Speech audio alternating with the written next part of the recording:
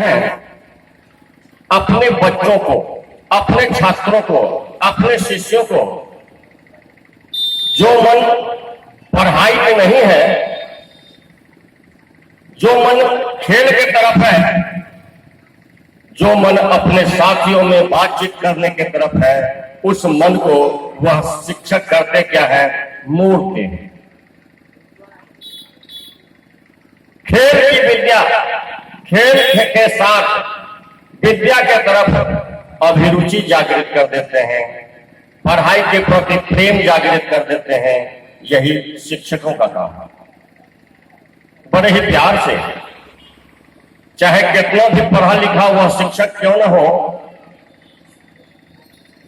उस छात्र के अविकसित ज्ञान के स्तर पर पहुंचते हैं शिक्षक और तस्वीर दिखा करके अक्षर का बोध कराते हैं, शब्द का बोध कराते हैं, तो वाक्य का बोध कराते हैं।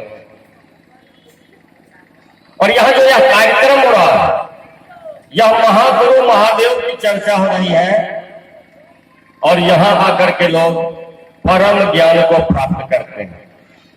भाई बहन, अभी चर्चा चली है, मास्टर बोल रहे थे कि बड़े भाग्य मानस तन पावा, बड़े भाग्यशाली है हम लोग,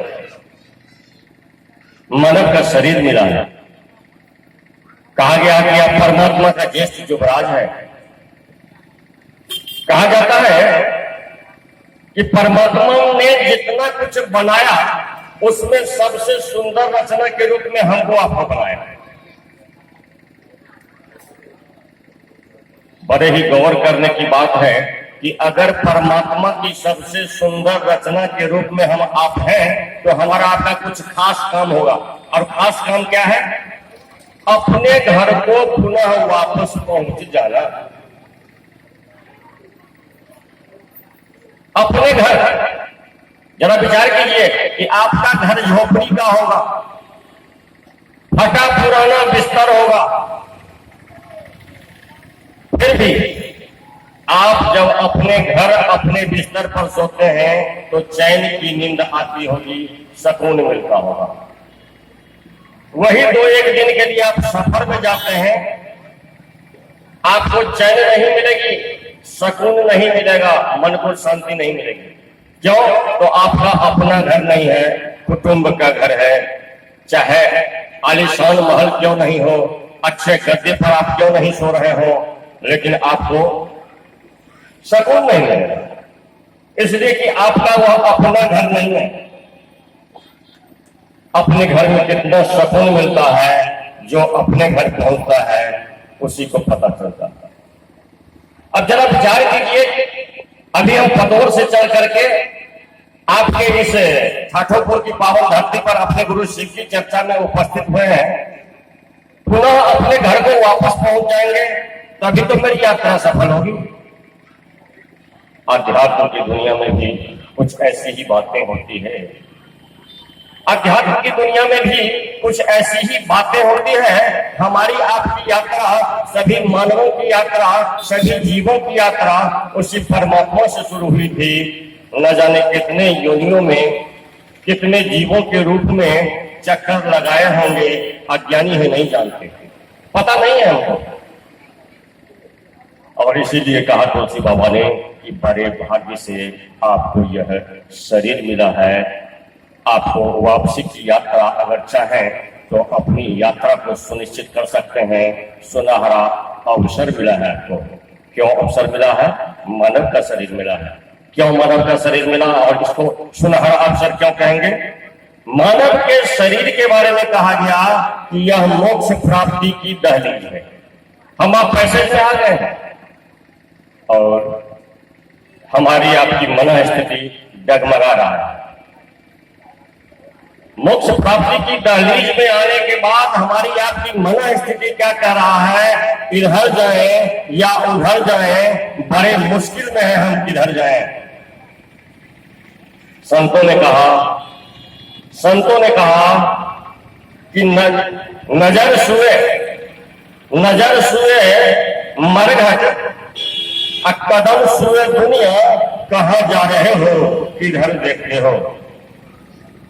आपको लहरियासराय की तरफ जाना है और आप खैरी की तरफ जा रहे हैं, अला कभी लहरियासराय पहुंचिएगा क्या? उसी शिव से हमारी आपकी यात्रा शुरू हुई और शिव तक पहुंचना है। मानव का शरीर मिला है, यूं गंवा लीजिए, आपकी मर्जी है।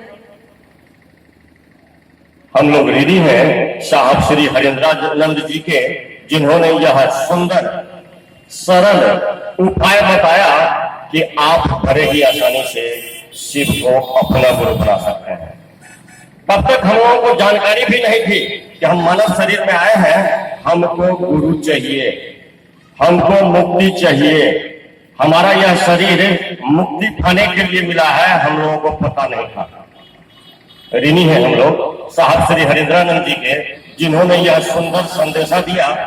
अपने जीवन में अधिकतम प्रयास कर, रिसर्च अनुसंधान कर हम लोगों को जो परोस दिया, यह 3 सूत्र का जो भोजन परोस दिया, इस 3 सूत्र के डोरी के सहारे हम लोग वहां पहुंच सकते हैं जहां से मेरी यात्रा शुरू हुई थी।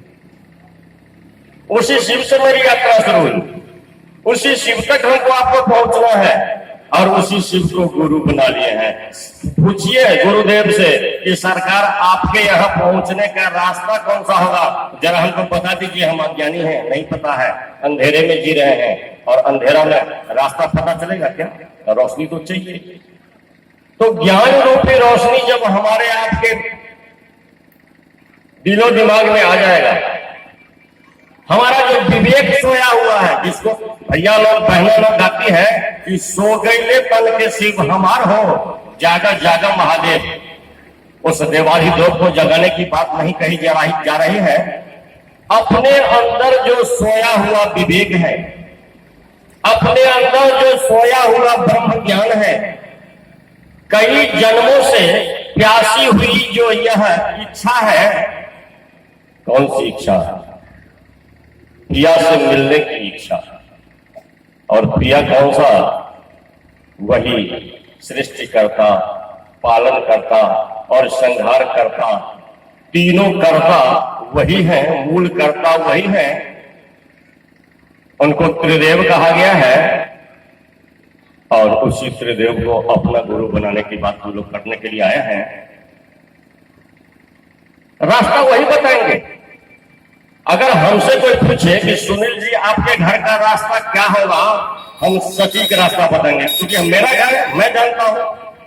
और रविंदर जी से पूछिएगा, हो सकता है रविंदर जी हमारे घर कहीं नहीं गए हो आज तक, तो आपको सही रास्ता शायद नहीं भी बता सकते हैं, इसलिए इनके फेरे में नहीं रहिएगा। सुनील जी का घर का रास्ता सुनील जी से पूछिए, सुनील जी उपलब्ध है। और तुलसी बाबा ने कहा कि गुरु शंकर रूपिणो, गुरु के बारे में कहा गया कि गुरु ऐसा कीजिए जो शंकर के समान हो। जब सुनील जी अवेलेबल है, सुनील जी से पूछने में आपको दिक्कत हो रहा है तो भटक जाइएगा। और गुरु शंकर भी अवेलेबल है नहीं, आज भी गुरु है। यही संवाद लेकर के हम लोग आए हैं और जोर जोर से चिल्ला करके लोगों को कहते हैं, आरजू करते हैं, विनती करते हैं, अनुनय विनय करते हैं और एक ही बात कहते हैं कि शिव आज भी गुरु है। मतलब पहले भी थे, यह मंदिर आज भी यहाँ है, इसका मतलब पहले भी था। तो शिव गुरु आज भी गुरु है, मेरे गुरु है, आपके भी गुरु हो सकते हैं। बस यही संवाद तो कहने के लिए आते हैं हम लोग इतनी दूर से। एक ही कहानी कहने के लिए आते हैं कि शिव आज भी गुरु है, शिव मेरे गुरु है, शिव आपके ही भी गुरु बड़े ही आसानी से हो सकते हैं। यही संवाद कहने के लिए आते हैं। करना क्या होगा भाई? 3 सूत्र का पालन। एक संत से एक भक्त पूछ बैठा,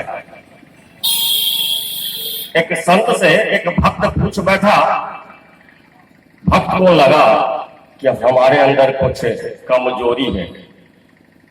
देखिए, शिष्य बनने के लिए क्या करना होगा? खाली करना होगा बर्तन को। ये हमारा जो मन अहंकार से, दुर्विचारों से जो भरा पड़ा है, अनेकानेक जिंदगी में अनेकानेक जीव के रूप में न जाने कितने भूल किए हैं, अहंकार से यह मन भरा है। यह अज्ञानी मन अहंकार और अज्ञानता से भरा रहेगा, कुछ नहीं सीख पाएगा यह मन। इसके लिए करना क्या होगा, मन को खाली करना होगा। पैसे आपको चाहिए तो पहले बटुआ सिलाना होगा। विद्या ददाति विनयम और विनयम ददाति पात्रताम। आपके अंदर पात्रता आएगी कब, जब 3 सूत्र का पालन कीजिएगा, शिव के शिष्य बनिएगा, मन आपका खाली होगा। अहंकार से भरा मन जो है वह खाली होगा और उसमें गुरु द्वारा आया हुआ ज्ञान समाहित होगा। इसके लिए पहले खाली कीजिए, फिर अच्छे चीजों से उसको भरिए। दुर्गुणों को दूर कीजिए, सद्गुण को भरिए। कब होगा ऐसा, जब गुरु रूपी पावर अगर आपको काम करेगा तब। पानी का काम है नीचे की ओर बहना, और उसी पानी को अगर जनरेटर मोटर लगाते हैं तो 9 मंजिल पर चढ़ा देते हैं भाई साहब। भला यह मन जो अधोमुखी बना हुआ है, यह मन जो जीव भाव से प्रभावी होने के कारण अनेकानेक दुर्विचारों से भरा पड़ा है, उस मन को अगर ऊर्ध्वगामी बनाइएगा तो गुरु रूपी पावर चाहिए, गुरु रूपी जनरेटर चाहिए, गुरु रूपी मोटर चाहिए। भक्त पूछता है संत से कि मेरा कल्याण कैसे होगा। भक्त कहते हैं कि होगा। फिर जब भक्त पूछता है कि कल्याण होगा तो कब होगा, कैसे होगा, संत कहते हैं आज होगा, अभी होगा। भक्त पूछता है कैसे होगा, तो संत बताते हैं। प्रश्नोत्तरी के दरमियान आपस में जो बातचीत होती है उसका ये नमूना है। बिगड़ी जन्म अनेक की, सुधरो अब ही आज ही सुधर जाइएगा, अभी सुधर जाइएगा, लेकिन उपाय करना होगा। उपाय कौन सा है, लेहु राम के नाम जपो। राम का नाम जपना हो, कल्याण होना, नाम में ऐसी शक्ति है। तो शिवनाम जो हमको आपको मिला है यह बहुत बड़ी शक्ति है। कहा जाता है राम से भरा राम का नाम, शिव से भरा शिव का नाम। और वह नाम कैसा, जरा विचार कीजिए। आज तक के पूजा पद्धति में कोई बदलाव नहीं आया था, अभी तक नहीं आया था। तब तक जब तक गुरु की चर्चा हमारे आपके इस धरती पर साहब श्री हरिनारायण जी के द्वारा नहीं आया था, तब तक पूजा पद्धति वही पौराणिक पद्धति थी जो शुरू से चली आ रही थी। लेकिन आज शिव गुरु की दया से, यूं तो शिव गुरु की इच्छा से ही सारे जगत और जीव चल रहे हैं, तो शिव गुरु की चर्चा भी निश्चित रूप से शिव गुरु की इच्छा से आई है और माध्यम बने हैं साहब श्री हरिनारायण जी। तो यह जो आया है कार्यक्रम, उसमें कुछ उल्टी बात हो रही है। पहले के लोग क्या करते थे, घर के कोने में बैठ करके भगवान की पूजा कर लेते थे।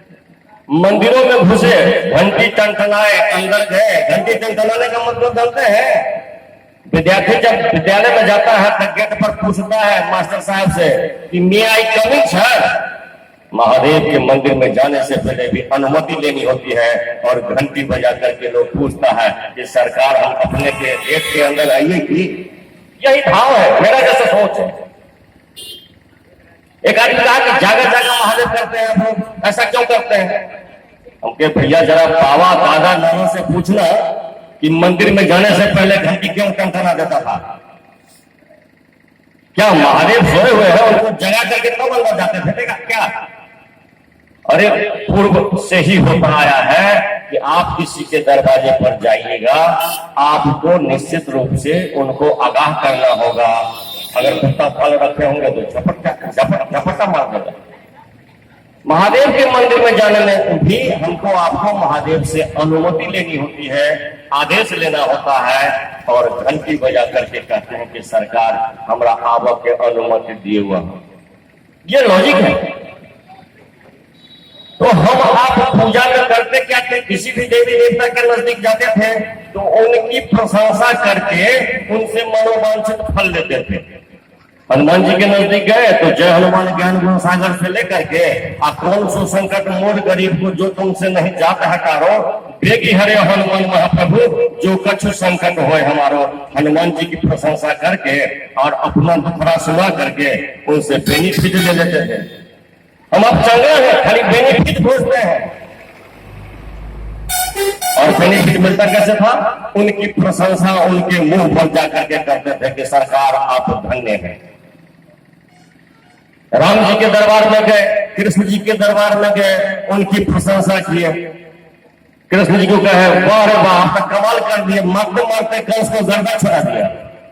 कृष्ण जी खुश होकर के बेनिफिट दे देते थे।